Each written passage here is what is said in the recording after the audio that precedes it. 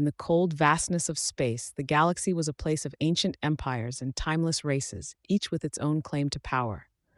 The Ardrani, with their crystalline ships and near-immortal rulers, controlled the core systems, revered by many for their wisdom and feared for their unrelenting hold on galactic politics.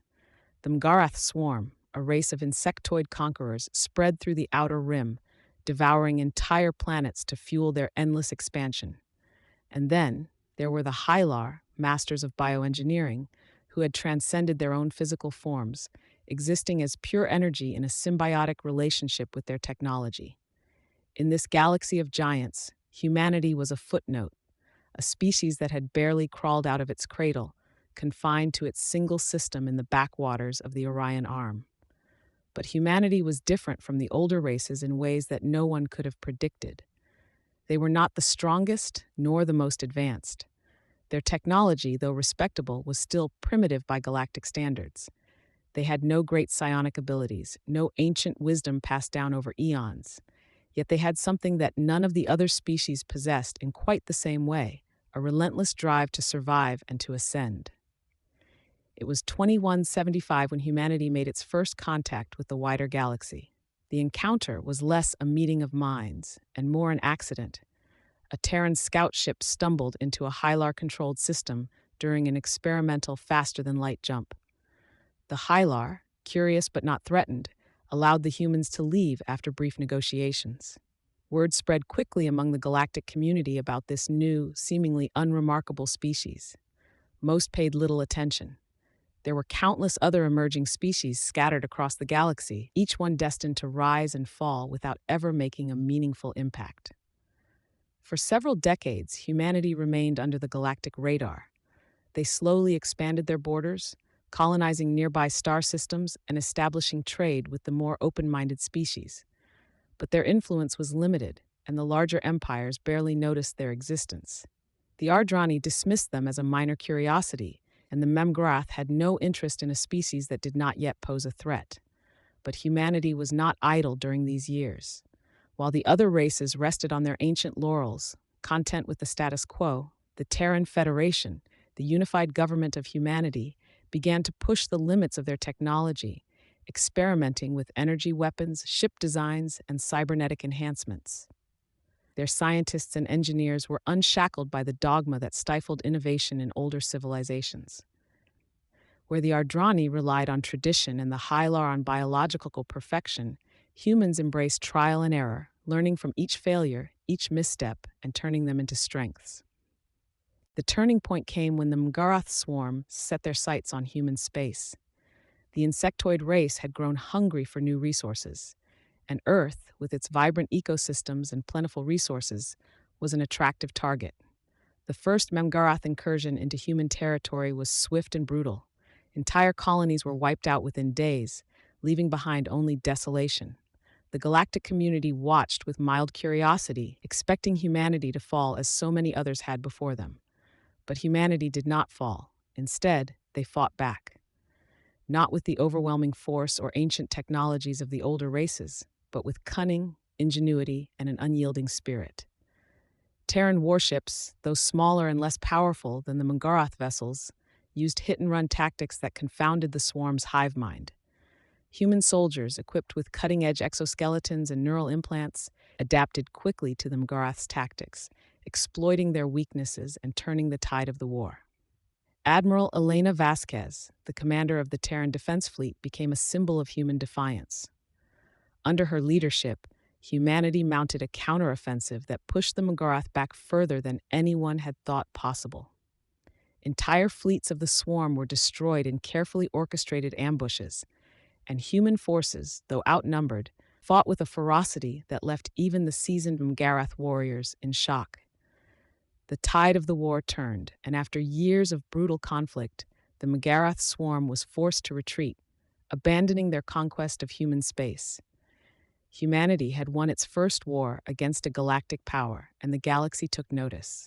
The victory over the Mgarath was not just a triumph of survival, but a signal to the rest of the galaxy that humanity was not to be underestimated. What the older races had dismissed as a minor species had proven itself capable of defeating one of the galaxy's most feared military forces. This newfound respect or fear of humanity began to ripple through galactic politics. The Ardrani, long used to their dominance, invited the Terran Federation to join the Galactic Council, the governing body of the galaxy's most powerful empires. The Hylar, intrigued by humanity's rapid technological advancement, sought alliances for joint research endeavors. But while humanity's ascent was meteoric, it was not without its challenges.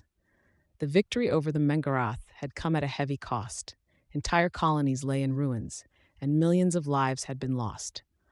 Earth, the heart of the Federation, had been scarred by the war. Yet even in the face of such devastation, humanity's resolve only hardened. They rebuilt their worlds, stronger and more resilient than before, and turned their attention to the stars. It was in the aftermath of the war that humanity made its most significant breakthrough, quantum hyperloop technology. Unlike the traditional warp drives used by most races, the quantum hyperloop allowed for near instantaneous travel between distant points in space. It was a game changer. Trade, exploration, and diplomacy could be conducted in a fraction of the time it took other species. The technology was a closely guarded secret at first, but as its potential became clear, humanity used it to cement their place in the galaxy. The Terran Federation offered access to the Hyperloop network to its closest allies, creating a web of influence that spanned the galaxy. The ascension of humanity was no longer in question. By the mid-2300s, the Terran Federation had grown from a fledgling power to one of the most dominant forces in the galaxy. Human colonies now dotted the far reaches of space, their ships patrolled trade routes, and their diplomats brokered deals between empires that had been at odds for centuries. Earth, once a backwater planet on the edge of known space, had become the cultural and technological hub of the galaxy. Human art, music, and philosophy spread to every corner of the galaxy, influencing even the most isolated of species. But not everyone was pleased with humanity's rise. The Ardrani, though outwardly welcoming of the new power, harbored growing resentment. Their once unquestioned dominance of the Galactic Council had been eroded by humanity's presence. The Hylar, too, began to feel threatened by the Terran Federation's technological advancements, which now rivaled their own. And in the shadowy fringes of space, the remnants of the Mengarath swarm nursed their wounds, waiting for the right moment to strike back. It was the Ardrani who made the first move.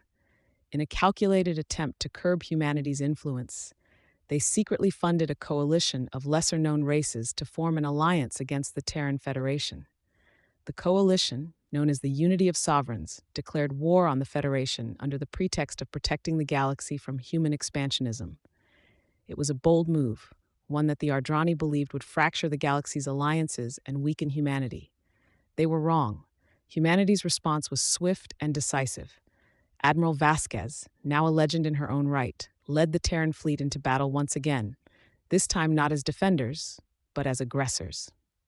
The Unity of Sovereigns, though numerous, was no match for the technological superiority of the Federation. Quantum hyperloop technology allowed the Terran fleet to strike anywhere in the galaxy at will, and their advanced AI systems outmaneuvered the coalition's ships at every turn. In less than a year, the Unity of Sovereigns was shattered, and its member races were forced to surrender. The Ardrani, exposed as the masterminds behind the coalition, faced a reckoning. The Galactic Council, long dominated by their influence, turned against them. Their empire, once the most powerful in the galaxy, began to crumble under the weight of their own hubris. In the end, they had underestimated the very species they had once dismissed as insignificant.